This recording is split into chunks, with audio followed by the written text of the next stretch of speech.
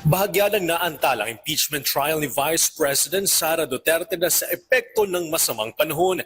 Gayunman, may mahakbang ng kinokonsidera ang impeachment court para mapunuan ang mga araw na nakansela ang paglilitis. Ayon kay impeachment court spokesperson Attorney Reginald Tongol, kabilang sa mga opsyon ang pagkakaroon ng make-up days gaya ng pagdaraos ng pagdinig tuwing Huwebes, Biyernes o Sabado. Posible rin anilang palawigin ng 1 o 2 oras ang schedule ng impeachment trial. Yung impeachment court naman, sanay naman ng mga, lalo pa kami mga abogado, no? Sanay kami na nauurong talaga yung mga dates na yan.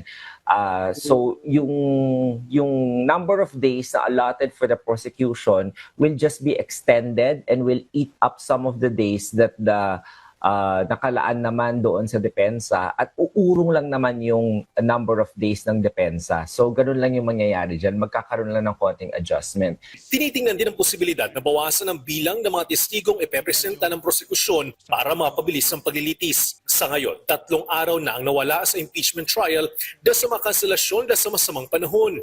Humahaba rin ang oras ng presentasyon ng mga testigo kung saan may ilang testigo na umaabot ng 3 araw ang pagtatanong. Sa halip na 1 araw lamang sana bawat witness. Hindi naman kinukonsidera ang pagsasagawa ng online impeachment trial dahil sa mga legal at logistical issues. Samantala, hindi pa napag-uusapan ng posibilidad na ibaba ang kinakailangang bilang ng mga boto para sa conviction o acquittal. Pinabulaanan din ito ang walang kumakalat impormasyon na nililigawan umano ni Impeachment Court Presiding Officer Francis Chis Escudero, sina Senators Loren Legarda, Jingo Estrada, Camille Villar at Mark Villar kaugnay ng mga boto para sa conviction laban sa Vice Presidente. That is completely untrue po na wala pong ganong mga moves on his part.